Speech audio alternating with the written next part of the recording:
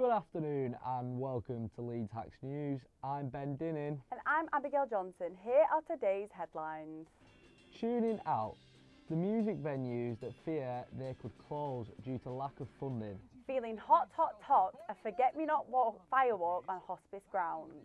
But first, polls have officially opened in the US for voters and it's already looking incredibly tight, with some states being within 1% of which way they could swing. Polls will begin to close at about 6 p.m. Eastern Time, which would be about 11 p.m. for us. But why should we care over here?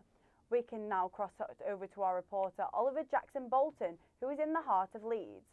So Oliver, why should we care about the election? Thanks, Abby. So the outcome of the election could reshape our foreign policy and national security in many ways. We've got very close ties with the US. We've always been fairly interlinked with trade and our policies. Depending on who gets in, that could definitely change a lot of things for us.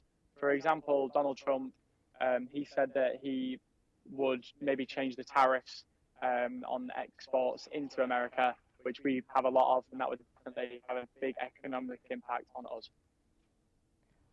And Oliver, what can you tell us about what's happening over there in America? Thanks, Ben. So it's a very tense situation.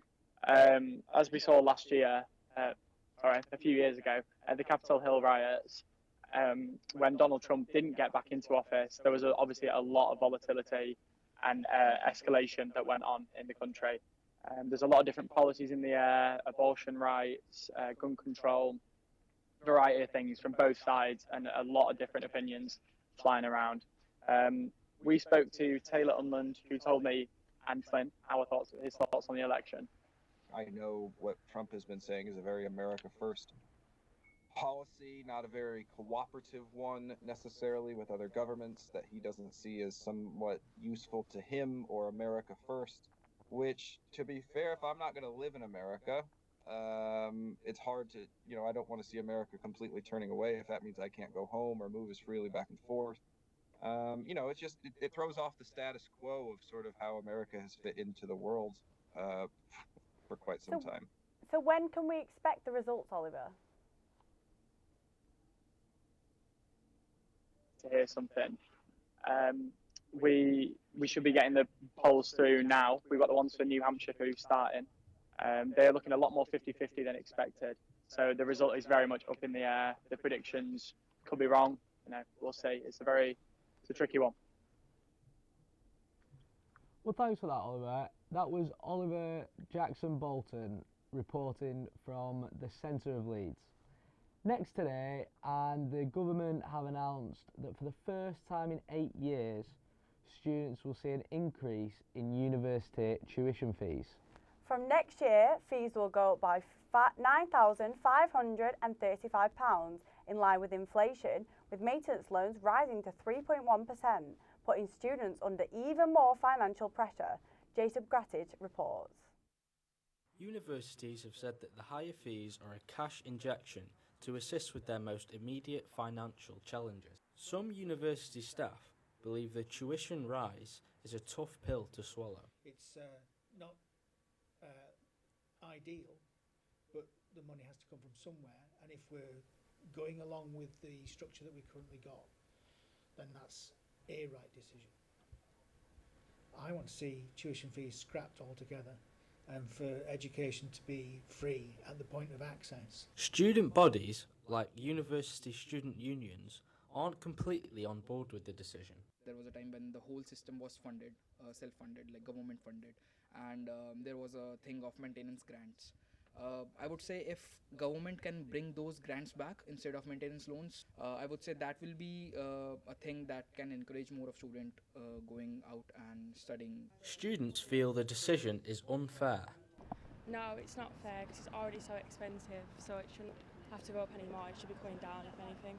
Students, it's really hard for the next year because they have to pay their accommodations as well and other expenses as well. In the kind of crisis we're in right now, the cost of living anyway, I think it's completely unfair. And I know there's plans to raise the loans as well, but at the end of the day, they're still loans, so I'm not going to have to pay them back. So. But the government said the decision wasn't an easy one to make. But I want to be crystal clear that this will not cost graduates more each month as they start to repay their loans. Universities are responsible for managing their own finances and must act to remain sustainable. With the changes being introduced next year, we'll have to wait and see if the rise will affect student numbers. The government has announced the biggest increase in NHS spending since 2010, that's excluding COVID-19. Leeds Chancellor Rachel Reeves confirmed this in her announcement, a £25 billion increase in NHS funding alongside 40,000 new appointments every week. We hand it over to Sophie Nicholson to see what people really think about these promises. The National Health Service are reflecting on last week's budget announcement and how it will impact patients. I can announce that I am providing a £22.6 billion increase in the day-to-day health budget and a £3.1 billion increase in the capital budget over this year and next. So, with the largest increase in NHS spending since 2010, what do Leeds Conservatives think? Reaction is, it's fine giving them extra money, but are they not going to put some productivity clauses alongside it, that you need to do this, you need to do that? But that said, you cannot have more appointments if you've not got the staff to do it. The budget includes an additional 40,000 new appointments every week, but NHS staff are already overstretched. I don't think it's feasible. I think we struggle at the minute as it is. I see approximately 40 patients a day, and that is squeezing in extras. I don't see how we could do any more than that. The budget sounds positive for patients facing long wait times, but the question is whether the public still have trust in the government. I had heart failure 3 years ago. It took me, I've never seen my GP once. I think it's like ridiculous, even with like doctor's appointment, even like getting a prescription or anything, it takes ages. The Labour government have been talking about in avoiding things going wrong in the first place would be really beneficial. The choices I have made today are the right choices for our country, to fix our NHS and to rebuild Britain. The message is clear that good public services require proper funding, and that's what Rachel Reeves has promised. Not only has the budget affected tuition fees and the NHS, but independent music venues have also taken a hit. According to the Music Venue Trust, over 350 grassroots music venues are at risk of closure. Sophia Kenny has spoke to struggling musicians. Owners of independent music venues have expressed their worry on the cut of government funding. Chancellor Rachel Reeves announced that the business rate relief would decrease by 35%, putting many venues in danger of closure. Whether that's socialising or for the love of just the music, people are getting out, going out, spending money in Leeds, bringing money into the town or into the city. So I think it's incredibly important that smaller venues get that funding that they deserve, and they're being cut can really bad note. Grassroots venues, because they'll kind of lean in towards the more corporate side of music and corporate venues and more like major label deals with bands you can actually afford and get put in placements to play, you know, support shows and big gigs, whereas bands that like have no label or no backing and are just starting out, they won't have that opportunity to grow. Residents and music fans in Leeds have indicated to their disappointment and concern for the future of music, not only in Leeds but throughout the UK. I think for up-and-coming musicians, it's going to be a lot harder to break into the industry without getting your lower-level gigs, without getting don't get the big stuff, done, the little stuff. I think people are always very quick to shut down the creatives just because it's the easiest thing to do. It doesn't seem to have that much value. But This has been Sophia Kenny reporting for Leeds Hacks. Forget Me Not Children's Hospice recently raised £6,400 at a fundraising event at Russell House in Huddersfield. Partakers walked across fire to show their support. Kate Page has more. The Forget Me Not Children's Hospice raised £6,400 for the charity after fundraisers braved a fire and Lego walk. The charity offers clinical care to support families who are facing or living with the loss of a child. So for us this year it'll cost us £6 million to run the hospice, and less than 10% of that comes from government funding. So we rely heavily on the support of our local community to keep our doors open. 593 degrees Celsius. Boiling water is 100 degrees. That means this is over 5 times hotter than a boiling kettle. Fundraisers braved the flames in support of a charity that is close to the hearts of many. One of those families was Leanne's, who were introduced to the hospice in 2017 when her son Noah was stillborn. And we all got the chance to say goodbye, so it was invaluable. It's just brilliant that it raises money, so people have done it for all different reasons, and the sponsorship goes straight to the hospice, which we would be lost without the hospice. Firewalkers were given a safety briefing ahead of the walk by Scott Bell, who is a 2-time Guinness World Record holder for the furthest firewalking distance. The first thing they're going to feel when they first stand in front of it is probably fear, because obviously you're walking on something that's extremely hot. As soon as they get over that, the adrenaline kicks in, and once they get to the end, they get their adrenaline rush, and they'll just have a feeling of euphoria afterwards. The hospice cares for 808 individuals across West Yorkshire, from babies and children with life-shortening conditions, as well as mums, dads, siblings and grandparents. I'm doing it for my little brother, and I feel alright, to be honest. It was just like going through a bath. We're doing it in memory of our grandson, Forget Me Not, looked after him. I can't even imagine what it must feel like to be in a family where you have a child with a life-limiting illness. I'm doing it for those families, basically. As the flames died down and the cheers faded, every step taken brought hope and support closer to families who need it most. Psoriasis is a chronic long-term disease with no known cure. Research from the National Library of Medicine found that 56% of a control group of psoriasis patients use sunbeds to alleviate symptoms. The National Psoriasis Foundation does not recommend tanning beds to treat psoriasis, but why do people still use them to treat their skin condition? Molly Cook found out. This is the skin of someone who's suffering with psoriasis. It is an incurable disease which hugely impacts individuals' quality of life. 160 million people have psoriasis. Many people are looking for alternative methods to try and cure this disease.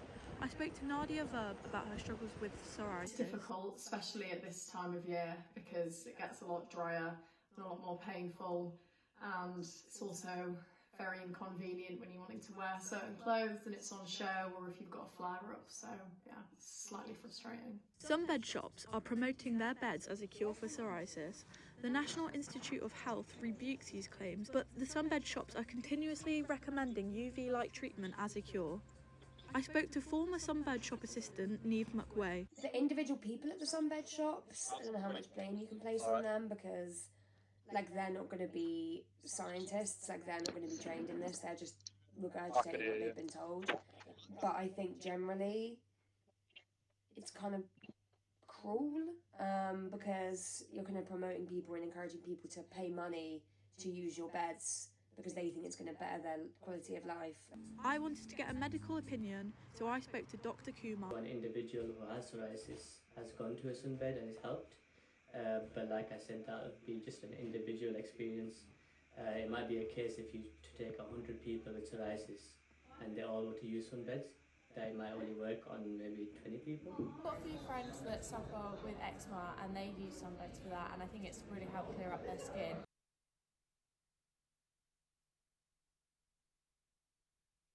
Sunbeds are really bad because they irritate your skin. We hope you enjoyed your session and look forward to the next visit. Passengers at Leeds bus station have been complaining about a stench in the building which has now been identified as spilt milk. This terrible aroma has lingered for almost 2 weeks. Our reporter Joseph Poole is at Leeds bus station. Joseph, is the smell really as bad as they say? Yes, I mean, I have to say, I've just entered the building and it's almost knocked me off my feet. The stench inside there is quite difficult to cope with. So it's hard to describe to you what it actually smells like. Other people have described it as a fishy smell or even like a cow farm. But actually earlier on, we had an investigation taking place and they discovered that it's actually spilt milk within one of the fridges in the bus station. And Joseph, in all seriousness, what kind of problems has this caused? So it's actually caused a lot of disruption for people using the bus station frequently. Parents of children that have been using the bus station have actually had to refuse their children entering the bus station because of the strength of the smell. As well as this, you can see frequently people running through the bus station to try and get out of the area and into the fresh air outdoors. It's quite evident that the people of Leeds are struggling to deal with the smell of in the bus station. So what are West Yorkshire Metro doing to solve this issue? Well, as previously mentioned, an investigation took place earlier on. West Yorkshire Mayor Tracy Bravin has identified that the spilt milk was the issue, but unfortunately the situation still persists. The clean-up job has taken place this afternoon, but the smell is still there. So in a few days' time, hopefully the smell had cleared and we'll be back to normal in Leeds. Thank you, Joseph, and as you say, hopefully they can clear the smell soon. And finally, the Movember movement has begun. As men across the country grow out their moustaches, it's to help kickstart an important conversation about men's mental health. Daisy Shaw is on Tash Watch. November marks Men's Mental Health Awareness Month, with initiatives like Movember taking place to raise awareness on speaking up.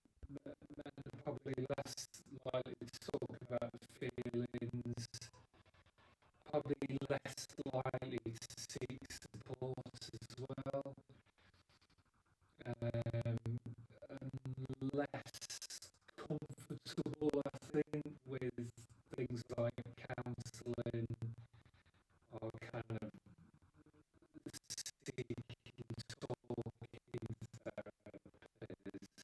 I suppose I'm coming from the point of view of a well-being background, that it would be great if it was just established throughout the year and done quite systematically from a young age to an old age. Well, Abby, I don't know about you, but I've got absolutely no chance of doing Movember. There is zero moustache going on for me right now. I mean, I think I've got a better one than you, to be fair. That's probably fair enough, yeah. Well, on that note, that's all we've got time for. I've been Ben Dinning. And I'm Abigail Johnson. Thank you for watching. Goodbye. Goodbye.